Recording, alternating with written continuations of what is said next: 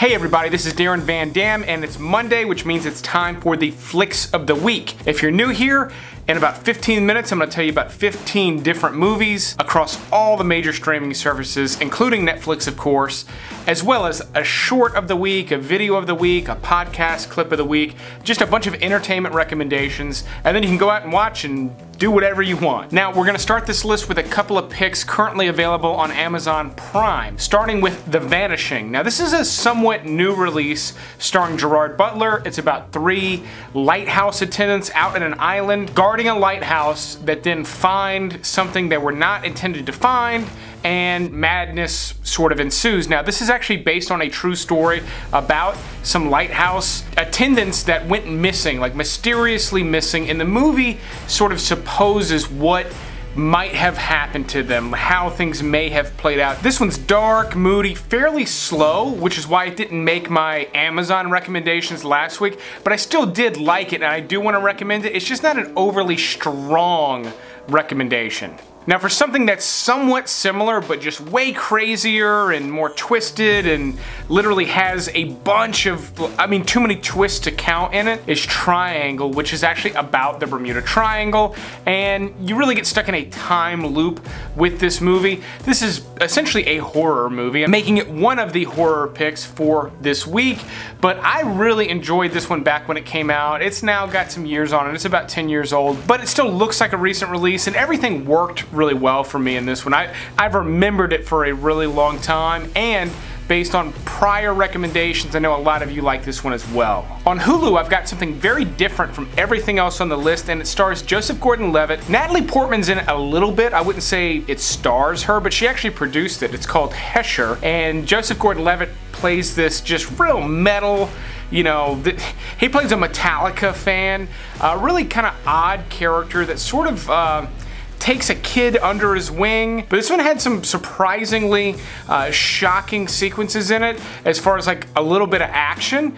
And then, aside from that, it's just this really interesting character study. And I mentioned he's a Metallica fan. I don't know how to describe this character. You just have to watch the movie. But Metallica actually let their music be used in this movie, and they're very particular. They only allow their music to be used if they like the movie, they like this movie, they let their music be in the movie. The branding for this even looks like a Metallica cover. So I like this one, but again, this is your sort of like character study type of a movie. And then the Crazies remake is actually on Hulu. So there are not very many good movies on Hulu at any given point, but there's always a few, and The Crazies is one that I feel like never really got a huge audience. Even the original one, it's a cult classic, but it didn't have a massive audience, and the remake didn't either, but it's a solid remake. It's a different take on sort of a zombie apocalypse. They're not really zombies, they're sort of like people that turn into this manic, murderous state, and this movie had some good chills, thrills, and all of that in it. But if you're hard up for something to watch, especially if you've been digging Stranger Things,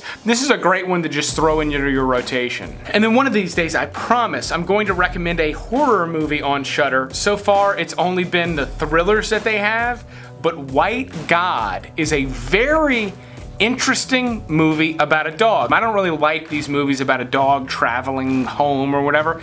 That's what this movie is. And it's very well shot, and it all looks very good. And then it takes a weird turn. I honestly can't spoil anything about this movie, but I can say that White God is only for people who will watch something knowing it's super weird, wanting to watch something super weird, and they don't need to know anything about it. If that's not you, you are probably not going to like this movie. If that is you, there's a very good chance you'll enjoy it. And no, that's not a cop-out because I don't know what the movie's about. I know what the movie's about, but if I tell you what happens, it'll completely ruin it. Legend is on HBO right now. Now, last week I talked about the Ridley Scott Legend with Tom Cruise, the fantasy movie. I still recommend that movie. However, Legend, starring Tom Hardy, as 2 different characters. He plays 2 infamous London gangsters, two brothers, two twin brothers, you know, which makes sense. But this is a good little gangster movie. I don't think it's destined to become a classic or anything, but his dual performances are really fantastic. You get this sort of like 1960s, 70s, I think they even go into the 80s in this one, so you get this sort of like multi-generational vibe off of it where the music changes and the style and everything. I enjoyed it. I'm a sucker for the gangster genre. This was a pretty good entry, especially because we haven't had a lot of great ones over the last 10 years. Now, my Showtime pick of the week is Lost Highway by David Lynch. This is not my favorite David Lynch movie, but I do think it is one that David Lynch fans should watch. So if you like Mulholland Drive, if you like Twin Peaks, you should definitely watch Lost Highway. This is one of his weirder ones. I would maybe say it's maybe not as weird as Eraserhead, but it's damn close. This one actually kind of tricks you, because just like Mulholland Drive, it doesn't seem like it's supposed to be a weird movie. But it gets very bizarre and twisted, and there's time loss, and nothing is what it seems, and it's just, it's surreal on like this whole other level, as is David Lynch. And then of course you've got great performances and the whole nine. It kind of falls in the middle of the pack for me as far as Lynch movies go, but that said, being a fan of his work, it's still a great pick. And then because I'm wrapping up my Terry Gilliam recommendations. First week back with Flicks of the Week, I talked about the Brothers Grimm. Last week I talked about The Fisher King. This week it's Brazil. It's currently on STARZ. I actually just rewatched it this past week. I think it's my favorite Terry Gilliam movie, even above the Monty Python movies. This movie's so beautiful, so dramatic in the set design and the cinematography, and the story's crazy, and this one too gets really surreal, but it stays just, I feel like it stays just grounded enough to sort of keep you going. My one nitpick on this movie, it's a little over long. There are some scenes that just really stretch out, and it makes the movie almost 2.5 hours long. It's a nitpick though. I really, really love everything about this movie, and it's so unique unto itself. There's not many other things that come even close to Brazil. And then for Cinemax, I want to recommend American Made with Tom Cruise, because I feel like a lot of people probably passed on this movie. They're over Tom Cruise. They don't care about him being a pilot in this movie, but he plays Barry Seal. This is a true story about a guy who was bringing in a lot of drugs out of Colombia into Arkansas, and then bringing a lot of American guns into Colombia to arm a revolution. It's a wild story. Tom Cruise is great in it, and I liked a lot of elements about this one. It was a fun watch, and I think if you passed on it, you should give it a shot. And then on Netflix, I've got 2 sci-fi picks, which may be foreshadowing for an upcoming list, but Chappie is directed by Neil Blomkamp, who did District 9, which is one of my favorite sci-fi movies to come out this century. Chappie doesn't really come close to District 9 for me, but that aside, I still really like this one. To me, this is almost like a rated R adult version of Short Circuit from the 80s. It's a very similar story, but you get gore, you get violence in a way that feels very real. Like you've got this robot that's capable of, I don't know, say ripping someone's arm out of the socket, just like a chimpanzee might. It hasn't learned everything it needs to learn. It doesn't know its own strength, things like that. And then there's other weapons in it. Hugh Jackman is surprisingly good in this one. Not that I don't like Hugh Jackman, he's just surprising that he's in it, and he really sort of stands out in it because he's kind of an ancillary character. But I enjoyed it. It just didn't meet my expectations, and nothing Blomkamp has done since District 9 has. And now for a retro pick on Netflix from the 70s, the original Logan's Run. I say the original because I've been trying to get a remake made forever. It's a dystopian future, but the people in it are not aware that it is. As far as they're concerned, they're in a utopia. But no one lives, I can't remember if it's age 30 or like 32 to 30 or like between 30 and 35. You die, you sacrifice yourself for the greater good, and everyone lives in this peace and harmony. And then one of the main characters is like an enforcer, and then he starts to sort of see that things are not all they're cracked up to be. Basically, when his time is up, he decides to run, and you get this really kind of cool sci-fi action flick.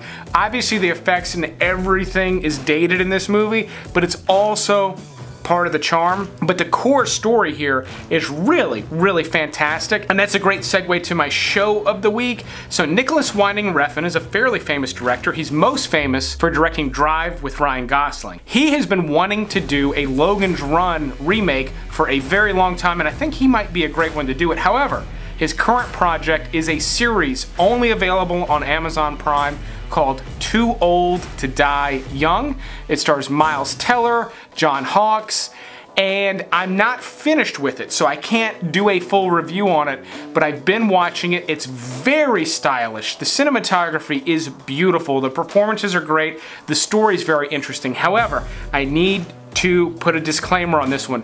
This show is painfully slow. The scenes, they all drag out incredibly slow. It's part of the style and the flavor of the show. If you don't think you can handle that, don't even attempt to watch this one. But if you want to watch something that Nicholas Winding Refn directed and it's unlike anything else, definitely check it out. At least watch the first episode. But it's a crime type of thing. It's going to appeal to Breaking Bad fans, things like that. But it's got its own flavor, so just be aware of that going in. Before moving on to the rest of the recommendations, if you like this type of content and you're still watching, definitely click that subscribe button and be sure to click the little bell icon so you get notified when I put out new videos just like this one. Okay, and big week for the theater. I got 3 picks, and I'm excited about all 3 of them for various reasons. I'm going to start off with Crawl. This is a rated R movie about an alligator trying to kill people during a hurricane flood. Barry Pepper, who I love him as an actor, if that name sounds familiar. He's the sniper from Saving Private Ryan. He's in it. But I think you're going to hear people talking about it and people are going to be surprised how good that movie is. It's just a hunch. Also, Stuber comes out this week, starring Dave Bautista and Kamal Nanjiani. This is like an action comedy, another rated R action comedy. I have a feeling this one's going to be similar to Game Night in terms of like having violence, crime, and a similar sense of humor.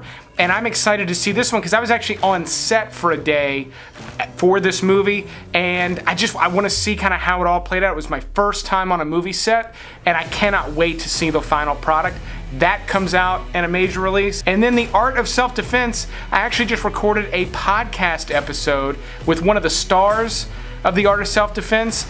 It's not out yet, it'll be out on Tuesday, but there's a link to the podcast channel in the description. Jesse Eisenberg stars in this one, and he goes to take karate classes, and the dojo is up to some potentially nasty practices. This is a dark comedy, so me and Philip, one of the stars, talked about dark comedies. Later in the week, I've got a really special guest. We're going to be talking about martial arts movies on the podcast. So if you haven't already subscribed to the podcast, it's its own channel, link in the description, or you can just find the Flick Connection podcast on iTunes, Google Play, SoundCloud, Spreaker, wherever you listen to podcasts, it's everywhere. As far as rentals go this week, Pet Sematary is going to be available to rent. I did a full review on this movie. I did not think it was very good. It had kind of a cool Stephen King-y kind of vibe, but it ultimately is just pretty not great. Plus the trailers had, and the poster even, had massive spoilers for this movie. So maybe that had something to do with it. I don't really recommend it, but it's available. And then High Life is one I'm very interested to see. It'll be available on Tuesday. It stars Robert Pattinson, and it's this crazy kind of trippy space movie where they're on a space station that's like hurtling towards a black hole. And part of the synopsis says that he and his daughter are the only inhabitants, yet there's a whole nother cast. Andre 3000 is in it as well. So it looks very interesting, and just the cinematography looks beautiful. This is going to be kind of a trippy one, and really probably only for people who really like art films. If that's not you, I don't think High Life is going to be your bag. For my short of the week, this actually comes as a recommendation from a fellow Flick Connection viewer. Found this one in the comments. 1 Minute Time Machine. It's just a funny short. It's basically just like a 10-minute sketch. Not really what I would call a short film, but I thought the concept was funny. The time travel jokes in it were pretty great. It's a good time. There's a link to all of these clips, trailers, everything. All of that stuff's hanging out down in the description. So just scroll down there and look for that short, but 1 minute time machine is the title. Speaking of the podcast, my podcast clip of the week, there's a link to that in the description. It's me talking about how you're definitely using your Instapot wrong. So if you want to kind of hear me, if you want to hear me talk about cooking for the first time ever, maybe the second time ever on the internet, you can go check out that in the description. And then my video of the week is actually from Jack Black's YouTube channel, Jablinski Games. He only started this channel a couple of months ago. He's got millions of subscribers, and it's not just because he's famous. His content is really good. It's basically vlogs. You follow him in a day of his life, but if you missed the bottle cap challenge, it was all over social media over the last week. Jason Statham spin kicked the cap off of a water bottle, and then everyone else famous in the world proceeded to do the same. Jack Black does it with some champagne. He builds a IKEA bed with his wife, does a water slide with the family, and it's edited in this cool way, and you just see his personality, and he's just a talented dude. You can check out the link to his latest video in the description as well. But that is it for the Flicks of the Week. If you like this episode, click the like button, let me know that you liked it in the comments. But I will keep making episodes like this as long as you keep watching them. Thanks for checking this one out, and you will see me on the next one. If you'd like to support the show, you can do so a number of ways. You can become a Patreon supporter like one of these fine people. There's more and more of you every week, so I appreciate the support. Even you $1 people who do not make it onto this, I appreciate that $1. It helps me. It helps the show. It helps insulate me from, again, the YouTube shenanigans. But thanks again for the support, and however you choose to do it. And we'll be back for at least another couple of Flicks of the Week. We'll see kind of how this goes, but these videos have got to be getting more views if I'm going to keep doing them.